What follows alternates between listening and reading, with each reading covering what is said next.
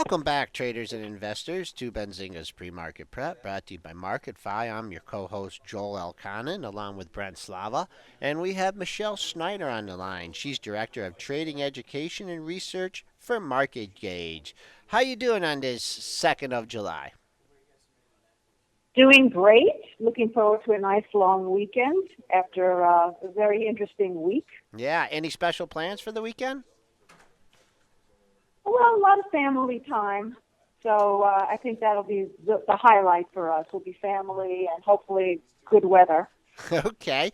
Well, last time you talked about family and you talked about the modern family portfolio, and it was pretty interesting, some of the analogies you made and how you were approaching the markets. Could you give us an update on that?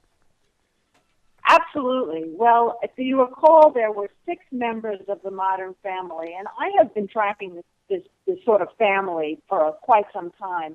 And I find that it is probably one of the best rudders that a trader can have to really be able to see not only what's going on, and of course, individual equities always do their own thing.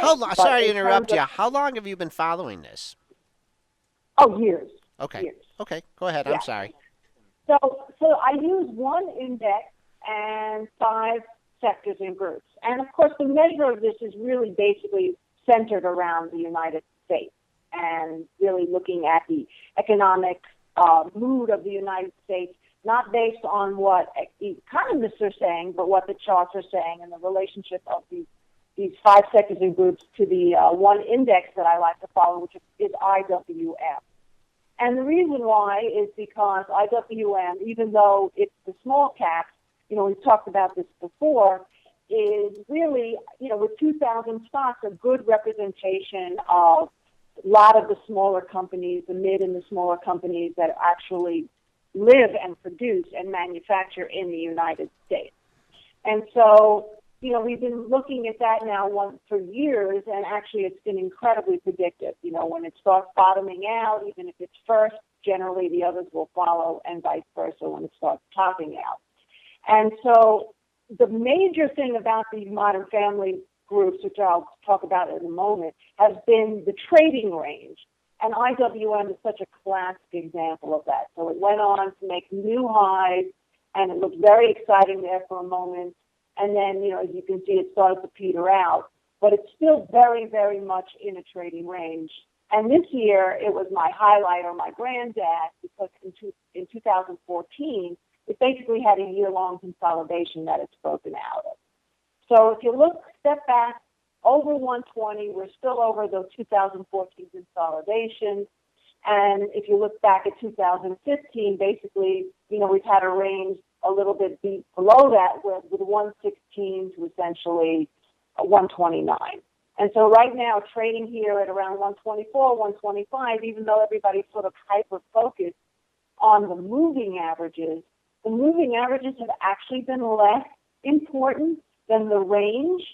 And when we get to the top, we've been failing. When we get to the bottom, here's a classic example. This week, everybody thought the market was going to go to hell in a handbasket. What did we do? We reached the bottom of the trading ranges going back to March, and we're bouncing.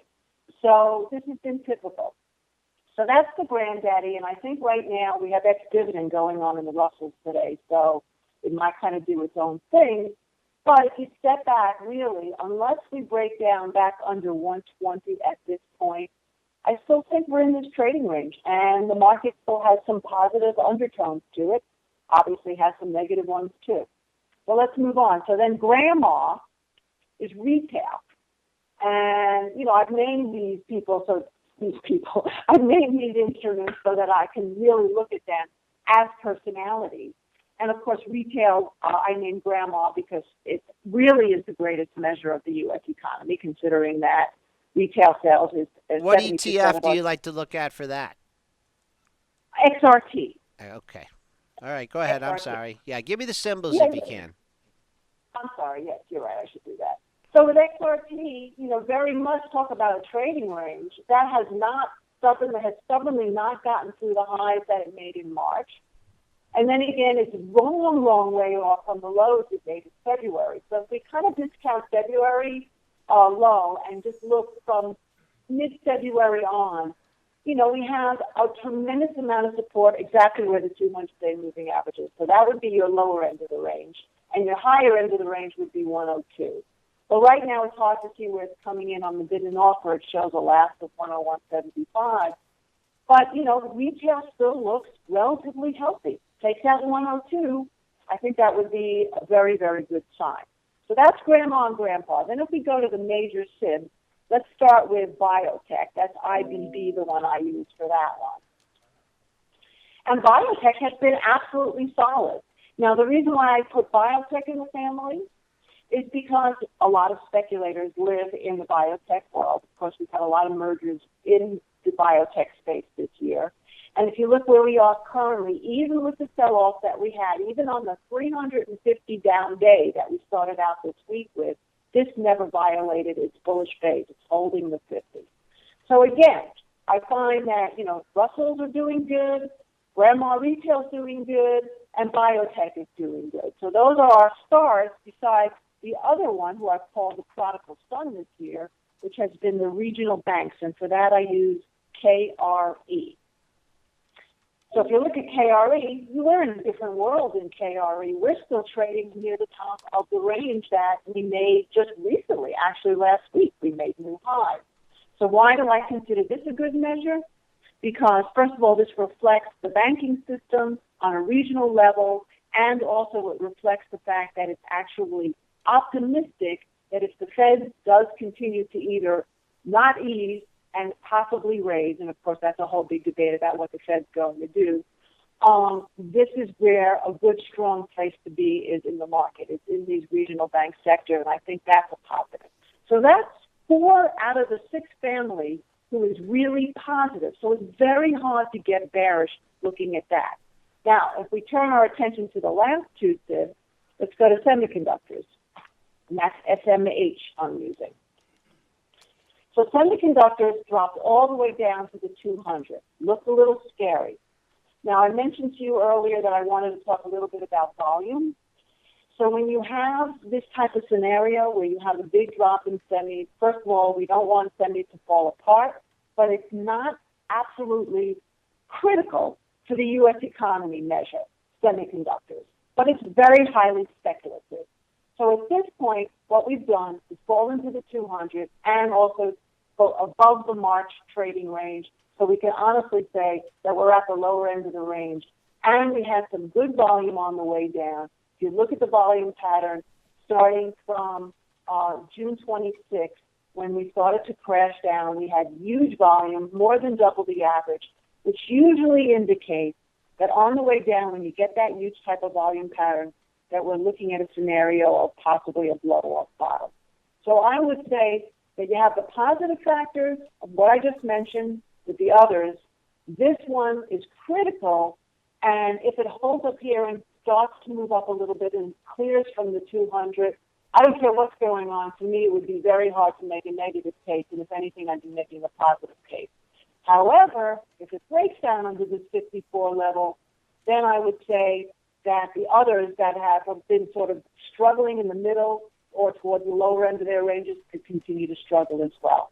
And there's one more, and this is the real weak SIB, and that's transportation. Ooh. IYT I use for that. Okay. Now, what's interesting about the transportation is, obviously, I think that's critical to measure the U.S. economy. Going back to the Dow theory, where it was obviously much more influential back in his day, but still influential in that, trains, planes, and automobiles, right? This is where goods are carried, and it's a good measure of how things are moving across the United States in terms of goods. And so here we have a situation where this thing has broken down. It's in a bearish phase. However, and I'm looking at a daily chart, if you switch to a monthly chart, I use a couple of moving averages on a monthly basis, and one of them is the 23 monthly moving average. We have not been even near it since the end of 2012. Well, guess what, Joel? We're there. Touched it. Oh. We touched it this month. It comes in at 144.88. Ooh. So the question is, will we hold it? So far we are. So that's number one. So we couldn't possibly see the end of the drop in trannies. Number two, if we go back to the daily, we had a huge volume spike yesterday as we made a new low for the year. And now you can see it's up a little bit as the market is open. So if you put this all together, what do you have? You have the semis at a critical spot. If they hold here and move up, excellent. You have the IYPs, maybe most of the damage has been done. If that's the case, then I think we're really going to actually have a surprise, and we'll have a much better next couple of months as opposed to the disaster that everybody was predicting, regardless of what they do with the rate, and even in some ways, regardless of what happens with Greece, who I named Cousin Eddie in this family. Because That's a good one. Why the 23-month moving average? Just historically, it goes back and it has a tremendous amount of support. It's a very good predictor. If you look, I use the 2 8-monthly moving averages. I use the 23 months. And if you think about it, that's just a little bit less than 2 years. So that's why it's a good measure. And then I use the 80 months, which actually is more like 5 years. Wow. So both give you a much broader, step back type of situation than looking at just all of the daily information that people are so focused on who are the more active traders. Filtering out the noise, that's always something good to do. Michele, you've also been keeping an eye on Tesla. You had some bullish comments on it when you were on the show last time here. Have you been riding the Tesla train here? Yes, we are actually a long Tesla, and we've been in and out in our more active model. We are now in it in one of our other trading models. I wanted to take a minute. I've been on the show now a lot this year, and I haven't really talked about Marketgauge too much. So if you don't, Go ahead. Sure, I'd love to hear about it. Okay, well, Marketgauge started out as basically a financial information software company way back, and has progressed into educational and recommendation services. And so what's really happened now is we've had sort of this marriage between the technology and the actual trading models, and we have 6 trading models that are automated. And so in those trading models, we do sectors, countries, global macro, and then we have what we call the NASDAQ All-Stars. In the sectors, we do one that's more aggressive and one more conservative, and we're just about to launch an active trading model, all of which is automated. So in that All-Stars, which is basically the top-performing NASDAQ stocks, Tesla is one of them. It's actually highly ranked here, and that's why we're long, because our automated trading model put us in. So it's very exciting that even though I am done discretionary trading for years, we're actually starting to switch more towards the automated trading model, which in the trending market has done incredibly well. In this year, where we're more flat in the S&P, we're sort of in line with the S&P, but it's been extremely wonderful to have a diversity across all asset allocations. All right. Also, you've been keeping an eye on the commodities markets, and you talked about the DBA and the DBC last time you were on. Let's pull up a daily chart of these issues, and what commodities have been moving this higher? It looks like you had a long base here. You had a breakout. I'm looking at the DBA here. What commodities are moving? We know it's not crude oil. No, it's been corn, actually. Corn. What they did, and this is what we talked about, that no matter what is going on, commodities have their own rhythm because they're basically based on supply demand. And then what happened with corn was that farmers actually planted 2 to 3% less corn because of the fact that it's been so cheap. And then all you need to add to that mix is some kind of weather situation. There's been a tremendous amount of rain in the Midwest. And now all of a sudden you have the perception that there's going to be a corn shortage. So if you look at corn, it's gone up tremendously over the last few days. Yeah. It started out at around 22. It's trading up at 26. That's a huge move for corn. And corn is heavily weighted in the DBA ETF. There are other soft sugars in there, cotton's in there, coffee's in there. There's even a little oil in there, by the way. And so that's why you've gotten out of this space. And this is exactly what we talked about, that I was bullish in this, that I was actually long this, and that I was actually looking for this move over 2250, which has happened. Do you think that boy, I know what it's like. You've been around here with the rain. Is that what is plaguing the crops? Yes, absolutely. I mean, you have two weather factors that can destroy crops. Well, actually more than two, but in terms of rain, either drought or rain.